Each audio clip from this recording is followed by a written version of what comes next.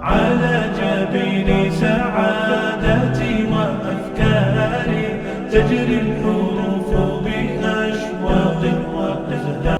دنیا عرب کے بہت بڑے نامور اسکالر ہیں، مصنف ہیں، علامہ یوسف القرضاوی. ان کی کتاب ہے الایمان والحیات.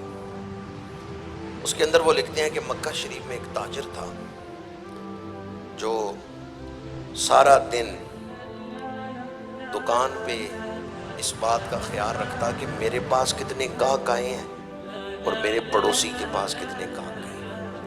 ہمارے ہاں بھی ایسا ہوتا ہے کہ صرافہ بازار ہے، ساری دکانیں سنیاروں کی ہیں. کلات مارکیٹ ہے، بازار میں ساری دکانیں ہی کپڑے والی ہیں. مکہ شریف کا وہ تاجر سارا دن اس بات کا خیال رکھتا میرے پاس کتنے گاہک آئے، میرے پڑوسی کے پاس کتنے گاہک گئے. علامہ یوسف القرضاوی لکھتے ہیں اگر ایسا ہوتا کہ 5-6 گاہک اس کے پاس آئے ہیں لیکن پڑوسی دکاندار کے پاس کوئی گاہک نہیں گیا تو پھر یہ تاجر اس طرح کرتا، گاہک دکان پہ آئے ہیں، فلاں سودا ہے. یہ تاجر کہتا نہیں، جو تم چیز مانگ رہے ہو میرے پاس نہیں، یہ جو میرا پڑوسی دکاندار ہے نا اس کے پاس ہے، اس سے جا کے خرید. بیٹا کہتے ہیں ابا جان جو کپڑا اس نے مانگا ہے وہ دکان میں موجود ہے، آپ گھر آئے ہوئے تاجر کو دوسری طرف کیوں بھیج رہے ہیں؟ وہ گھر آئے ہوئے گاہک کو پڑوسی کی طرف کیوں بھیج رہے ہیں؟ جو سودا اس نے مانگا ہے وہ ہماری دکان میں موجود ہے. باپ اپنے بیٹے سے کہتے ہیں میں دیکھ رہا ہوں اس کی دکان پر صبح سے کوئی گاہک سودا نہیں لے کے، میں نے تو صبح سے کچھ سودا بیچ لیا ہے، کچھ نہ کچھ پیسے کما لیے ہیں. میرا پڑوسی دکاندار جو ہے وہ فارغ ہی بیٹھا ہوا ہے، بچے اس کے گھر بھی ہیں، میں نہیں چاہتا وہ شام کو گھر جائے تو پریشان ہو کے جائے. میرا بیٹا سنو، صبح سے اب تک میں نے جو گاہک بھگتائے، پیسے کمائے، وہ میں نے دنیا کمائی. یہ اپنی دکان پہ آیا ہوا گاہک پڑوسی کی طرف بھیج رہا ہوں، اس سے میں آخرت کما رہا ہوں. ویسے آپ لوگوں کا کیا خیال ہے، ممکن ہے کہ اپنی دکان پہ آئے ہوئے گاہک کو بندہ کے ساتھ والی دکان سے سودا دے؟ ہمارے ہاں تو آج کل دیکھا گیا کھینچتے ہیں، دوسری کی دکان کی طرف گئے ہوئے گاہک کو بھی اشاروں کے نائوں سے کھینچتے ہیں اپنی طرف. بلکہ بعض جگہ تو کمیشن ایجنٹ سڑکوں پہ چھوڑے ہوئے ہیں، وہ لے کے آتے ہیں گاہک کو. چھوٹے شہروں میں تو نہیں، بڑے شہروں کی بات کر رہا ہوں، یا عالمی منڈیوں میں کئی جگہ ایسا ہوتا ہے دوسرے کی دکان دروازے سے گاہک اپنی طرف کھینچ لاتے ہیں.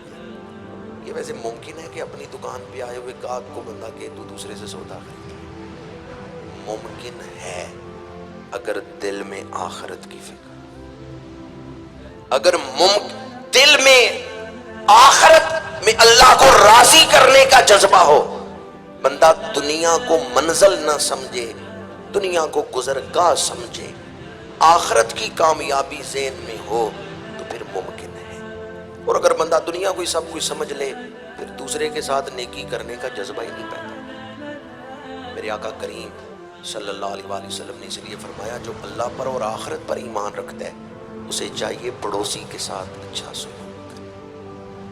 میں آپ لوگوں کی خدمت میں عرض کروں گا، دنیا کمانے کے لیے ذہن لڑاتے ہیں، محنت کرتے ہیں، اگر اس سے آدھی محنت بھی آخرت کے لیے کریں تو دنیا بھی ملے گی، آخرت بھی ملے گی. اپنی ذہنی صلاحیتوں کا فوکس صرف دنیا پر نہ کر لیں کہ یہ تو بڑی تیزی سے ہاتھوں سے نکل گئی، یہاں تو پیر نہیں جمے، نہ جمیں گے، یہاں سے تو ہمیں نکالا جائے گا.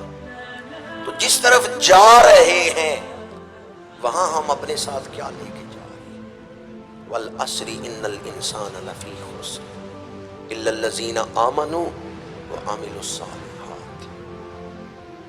قسم ہے تیزی سے گزرنے والے زمانے کی، انسان بہت بڑے نقصان میں ڈوبا ہوا ہے، مگر وہ لوگ نقصان سے بچ گئے جو ایمان لائے اور انہوں نے